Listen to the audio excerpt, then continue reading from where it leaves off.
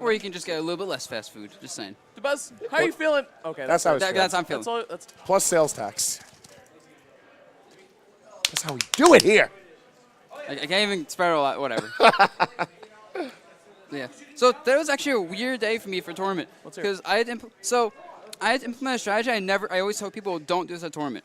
So I was really tired today. Like you saw me. I was just sleeping like was nap everywhere time. because I didn't get much sleep last night. So normally at tournaments, I say you don't want to sleep at all because you're like gonna reset like your mental like, I guess presence. If that makes sense. But yeah, so I slept basically the entire day on and off, and it's interesting because I noticed today. You keep looking back down at the money. Oh yeah. That's a lot of money. I'd good. look at There it you too. I'm trying to look at you guys, but yeah. No, I'm looking at it too. I'll just look at the screen. Just look at the screen. Just don't look at Reggie. Either way. But yeah, so what was I saying?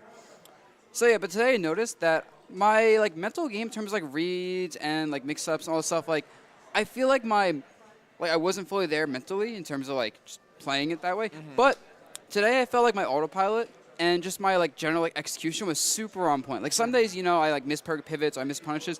Today, I can probably count the amount of times on my hand that I actually missed a punish or like made an input error. So I was finally just falling asleep that day and kind of resetting my mental like, I guess whereabouts because I knew my like autopilot was just not even autopilot, just my tech skill and like punish game today was so good that I'd rather just get rested. And then by the time top 8 rolled around, I was actually like energized again. Yeah.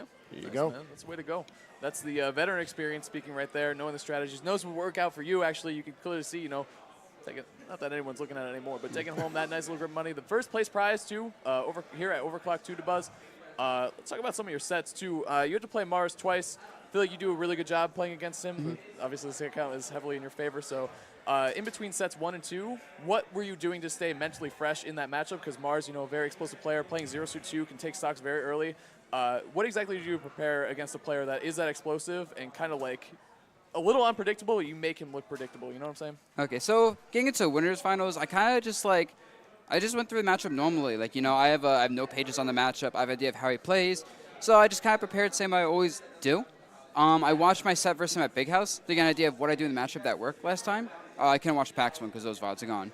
But yeah, so that's how I prepare for winners. For grands, one thing I noticed in winners from game 3 and 4 is that he started to bait out a lot of my options. So I was kind of like baiting his jump ins, punishing him for approaching, and he just started backing off and punishing me for trying to like poke with like little jabs. And I told myself between winners and grands, if Mars makes back up to me, he was also dash attacking me a lot for trying to poke. So I told myself I am going to not leave the ground as much because that's where you got a lot of damage. I'm not going to poke with jab as much. I'm just going to poke with like down tilt because that's a lot harder to punish for 0-2 when she's jumping and it punishes dash attack freely. I'm going to do a lot more just running around, rolling, and like short hop air dodging to escape situations. And basically I told myself, hey, if he wants to play super defensive, the counter pokes, I just won't poke, and I'll get my openings through low profiling and just letting him corner himself and making him feel like he has to do something. Now, throughout the day, we had seen, not just in top 8, but even throughout the bracket, that adaptation seemed to be the name of the game. And you even noted that in your fights through top 8. How do you feel stage control had any impact on that? Because I feel like we saw a lot of dynamic options through the picks in stage. There wasn't a lot of sets that were uniform across their stage picks. I mean, you mean like just all the sets in general? In generally speaking, like everyone is adapting very well to each other, be it your sets across top 8, seeing the rest of the top 8 players face against each other.